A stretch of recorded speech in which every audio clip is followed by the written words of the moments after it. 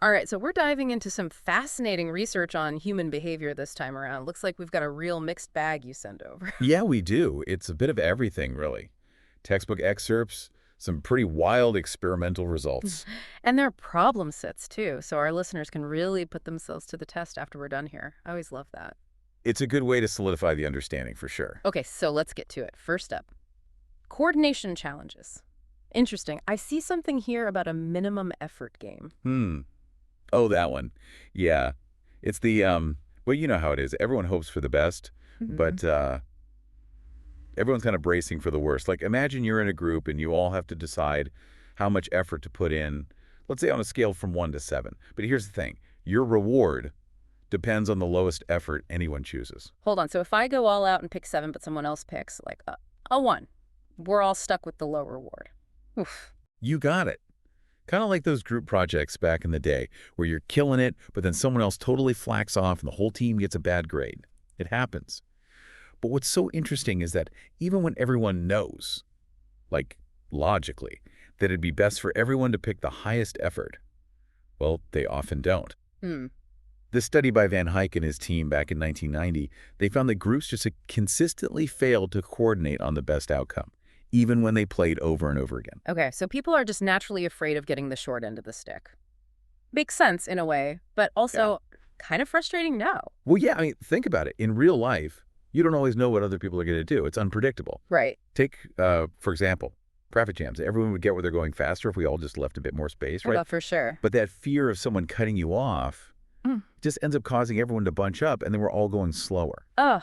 It's so true. It's like individually it feels rational, but collectively we end up with a worse outcome. That's classic. Exactly. And this applies to bigger issues, too. Things like, well, climate change is the big one, right? We know we need everyone to act together, but it's easy to get stuck in that mindset of what difference does my little bit make if everyone else is still, polluting? It's a real challenge. Okay, so coordinating with other humans, Yeah. officially a mess. Now, what about trust? How does trust fit into all of this? Because I'm seeing something here called the investment game. Ah, yes, the trust game. A classic. So there are two players, an investor and a trustee. The investor gets some money, and they can choose to send some, all, or none of it to the trustee. Whatever they send gets tripled. So the experimenter triples the money, and then the trustee decides how much of that tripled amount to send back to the investor. Okay, so it's like testing whether people are willing to take a risk, hoping for a bigger return based on how much they trust the other person. Exactly. And what they found is pretty interesting. On average, investors send about half of their money, and trustees send back about 37% of what they receive. So people do show trust, Mm-hmm. but not complete trust. Yeah, yeah. Trust but verify, as they say. Exactly. And what's really wild is that research suggests that, like, our biology might actually be playing a role here. Mhm. They found that hormones, like oxytocin, which is associated with social bonding, well, it actually increases the amount of money people are willing to send in these trust games. Isn't that something? Whoa. So our bodies are literally influencing how much we trust other people. It seems that way. This is blowing my mind. Yeah. It makes me think about how much easier it is to collaborate with someone you already have a good relationship with. Like, you're more likely to go above and beyond for a teammate if you already trust and respect them. Oh, for sure. That's a great point. It really highlights how important those relationships are for building that foundation of trust. Absolutely. It's essential for anything, really. Work projects, community stuff, even just everyday life. Trust makes such a difference. Couldn't agree more. Okay, so we've tackled coordination, we've talked trust. Now let's get to something I think we all struggle with a little bit: willpower. I'm looking at some research here about how our choices can shift over time. Like, if you ask me what I want to eat next week, I'll say salad all the way. But if you ask me right now, different story. Yeah, that's the classic present self versus future self battle. It comes down to this idea that willpower is a limited resource. Mm-hmm. Like, think of it as a muscle that can get tired. If you spend all day resisting temptations and making tough decisions, well, by the evening, your willpower muscle might be pretty worn out. It's so true. It explains why I'm way more likely to just order takeout after a crazy day. It's not that I suddenly have zero discipline. It's that my willpower is just depleted. Exactly. And there's this study, they called it the chocolate or radishes study. It's a classic. Basically, they had participants try to resist freshly baked cookies and snack on radishes instead. Then they gave them a task that required focus and problem solving. What do you think happened? I have a feeling the radish eaters didn't do so well. You got it. They actually performed worse on the task. It was like resisting those cookies just drained their mental energy. Okay, so my mind is blown. Does this mean if I'm trying to, say, stick to a new diet, I maybe shouldn't also try to quit caffeine and start a new workout routine all at the same time? That's a good point. Yeah. It suggests we need to be strategic about how we use our self-control. Definitely. If you know you're facing a situation that requires a ton of willpower, maybe try to minimize other demands on your self-control that day. Or even better, build habits that support your goals so you're not constantly relying on willpower alone. All right, that is seriously helpful advice. So we've talked about how willpower can get depleted, but I'm curious, does everyone experience it the same way? Or does something like gender play a role in all of this? I'm seeing some interesting research here on gender dynamics and economic behavior. That is a great question. And it's tricky because, in theory, the economic man, that idea of the perfectly rational decision maker, well, they don't have a gender. But in reality, it's not so simple. The research suggests there are some interesting patterns when it comes to gender and decision making. Okay, I'm all ears. What kind of patterns are we talking about here? Well, one of the big ones is that on average, women tend to be more risk averse than men. There was this study from 1995 where women were less likely to choose risky gambles, even when the potential payoff was higher. And this pattern shows up in all sorts of areas, from investment decisions to career choices. So it's not just about like being afraid to lose money. It's a broader thing, a tendency to be more cautious when the outcome is uncertain. That's one interpretation, and it can have some real-world implications, like it might help explain why we see fewer women in fields like finance or entrepreneurship, where taking big risks is often seen as part of the game. Yeah, that makes sense. I'm also seeing some research here about how women are less likely to engage in competitive interactions. Is that more of a confidence thing? Or just a different approach to competition, maybe? It's complex, but some researchers think it might have to do with how we're socialized. Like from a young age, girls are often encouraged to be cooperative and collaborative, right? Whereas boys might be more exposed to competitive environments. Yeah. I remember always being told to share and play nice, but my brother was always getting competitive board games for his birthday. Huh, interesting. Right. And those early experiences can shape how we view competition later on. There was this fascinating study where participants could choose to be paid based on how much they produced, or they could compete against others for a higher payout. A full 73% of the men chose the competitive option, but only 35% of the women did. Wow, that's a huge difference. So it seems like women might just be less drawn to situations where they have to directly outperform others. Right. And again, this isn't necessarily a bad thing. It might just reflect different preferences or maybe a stronger emphasis on teamwork. Okay, so we're seeing some potential gender differences in how people approach risk and competition. But what about other aspects of decision making, like generosity? Are women generally more generous or altruistic than men? So that's where things get even more tricky. Some research suggests that women are, on average, more generous in certain situations. Like they might donate more to charity or be more likely to help someone in need, a stranger. But it's important to remember these are just general trends. There's tons of individual variation. Right, we can't just lump everyone into neat little categories. But wouldn't it be interesting to see if these patterns, hold true across different cultures and age groups? So much to explore. Absolutely. The more we learn about how things like gender can impact our choices, the better we can understand how to design systems that are fair and inclusive for everyone. Well said. You know what? Thinking about all this decision-making stuff has me thinking back to those problem sets that came with all this research. I'm kind of ready to test myself and see if I can apply some of these ideas. What do you think? Go for it. We're not going to spoil the fun and give you the answers here, but I think you'll do great. Challenge accepted. Welcome back. Before the break, we were just starting to get into how those subtle gender stereotypes can really have an impact on us, even when we don't realize it. Yeah, it's wild. I'm still thinking about that study, the one where they told women that men were better at math, and then the women actually performed worse on the math tasks. It's pretty incredible, right? It shows how these stereotypes can become like self-fulfilling prophecies. If you keep hearing you're not good at something, you start to believe it, and then you might actually perform worse because of it. It's a bit scary when you think about it. Yeah, it really is. And it's not just math. We see this pattern in so many areas. Leadership, negotiation skills, you name it.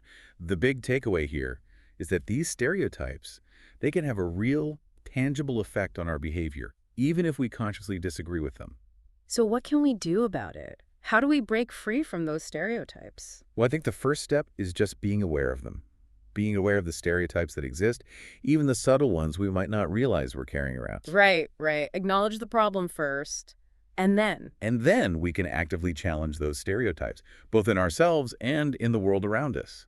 Especially when it comes to raising kids, we need to be mindful of the messages we're sending about gender and ability. I see what you mean. Lead by example. Exactly.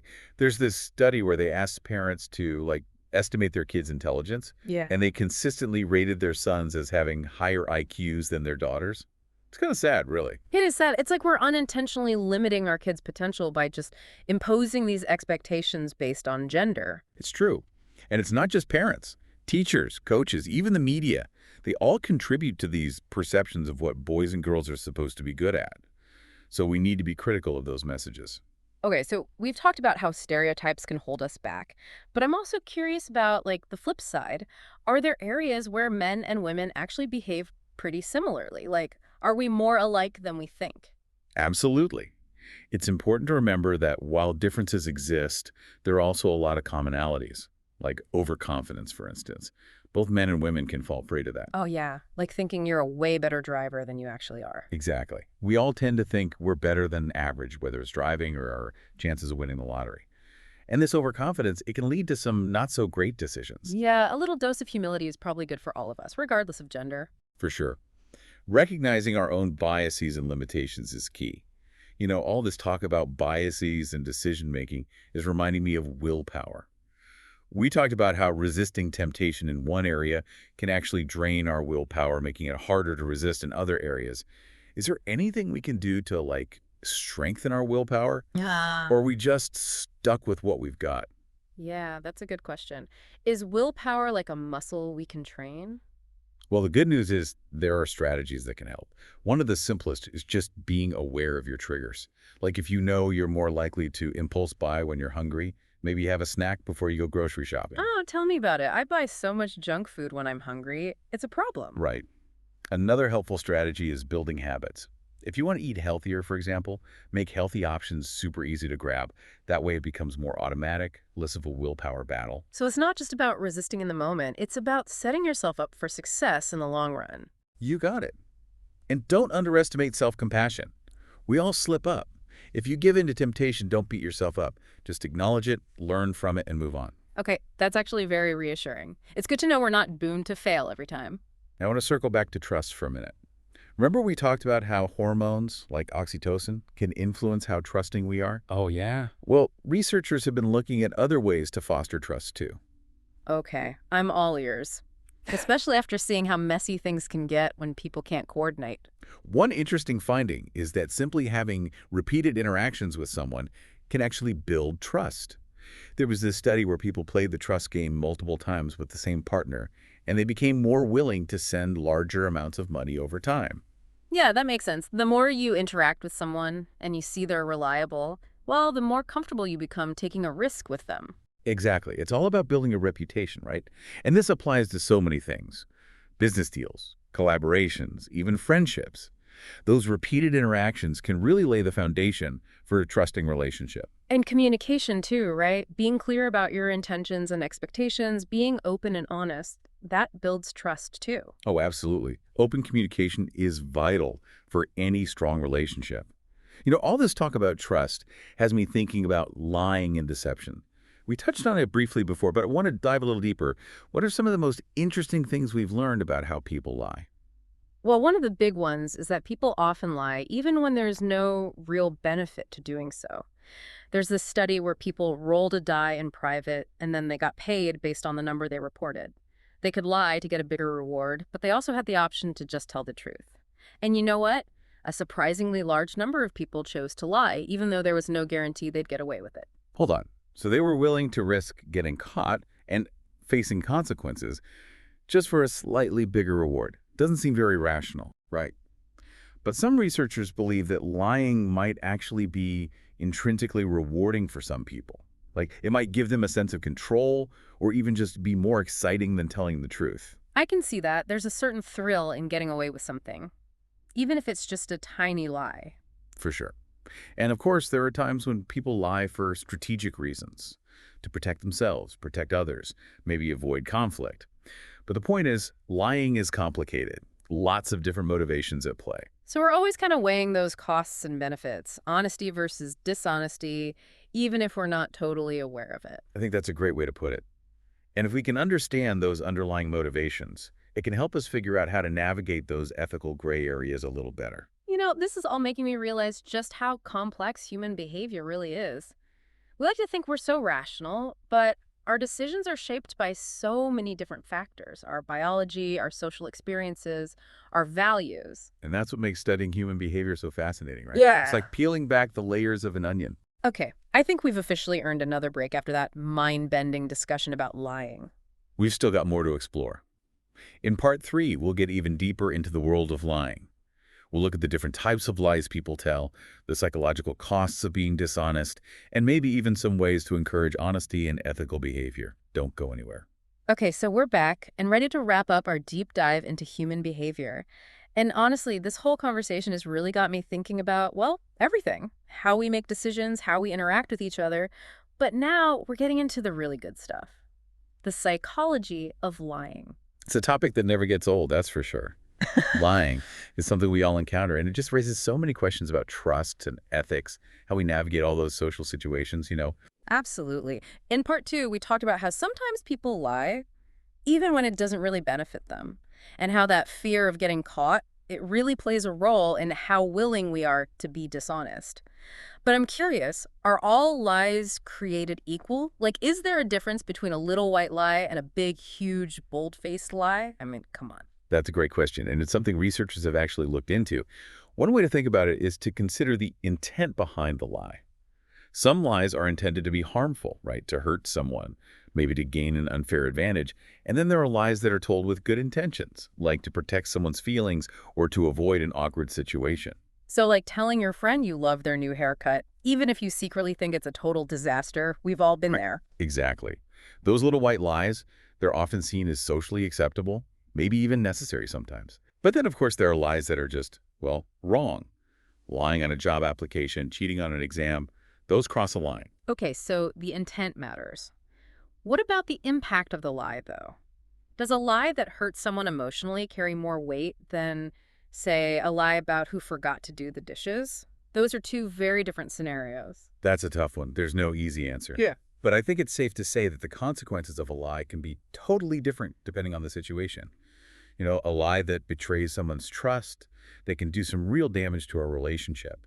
While on the other hand, a little lie about your age on a dating profile, well, that might be seen as a harmless exaggeration. It's making me think about all the different reasons why people lie in the first place.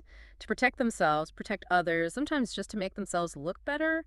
It's a whole spectrum of deception. It really is. Hmm? And understanding those motivations, that's key to figuring out how serious the lie is and how we should respond to it. Okay, so we've covered the different kinds of lies and the reasons behind them, but what about the psychological cost of all this dishonesty? We touched on it earlier, how lying can affect our self-image, our relationships.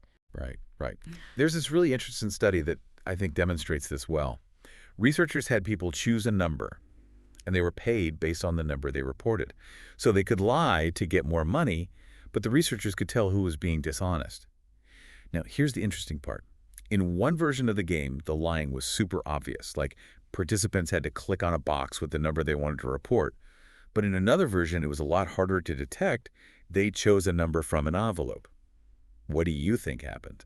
Okay, I'm on the edge of my seat here. Did people lie more when they thought they could get away with it? You'd think so, right? Mm-hmm. But here's the twist.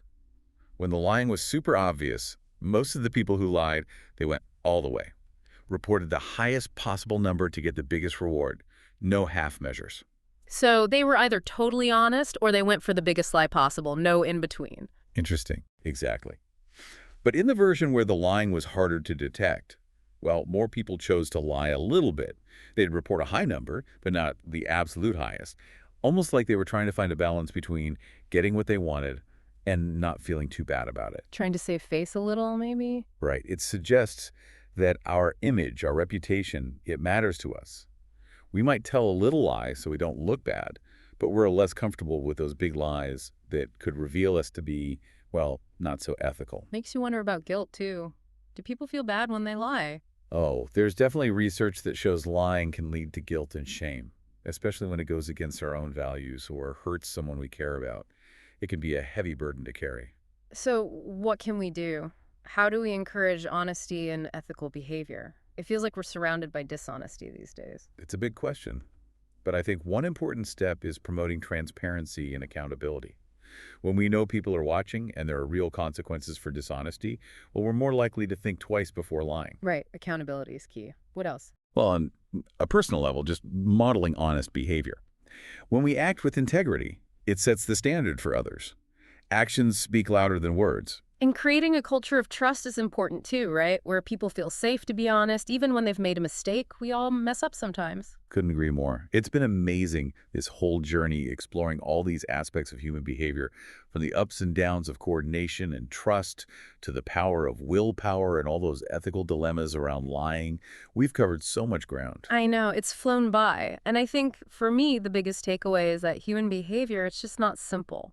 We're constantly making choices, weighing things up, navigating social pressures, trying to figure out the world around us. It's a lot. And the more we learn about all those factors that shape our behavior, the better equipped we are to make good choices to build those strong relationships. We can create a world that's more ethical, more fulfilling for everyone. Absolutely. Well said. Thanks for joining us for this deep dive. And to our listener who sent in all this incredible research, thank you. We hope you enjoyed exploring these ideas with us as much as we did. It's been a pleasure. And until next time, keep those minds curious, keep asking those questions, and keep those deep dives going.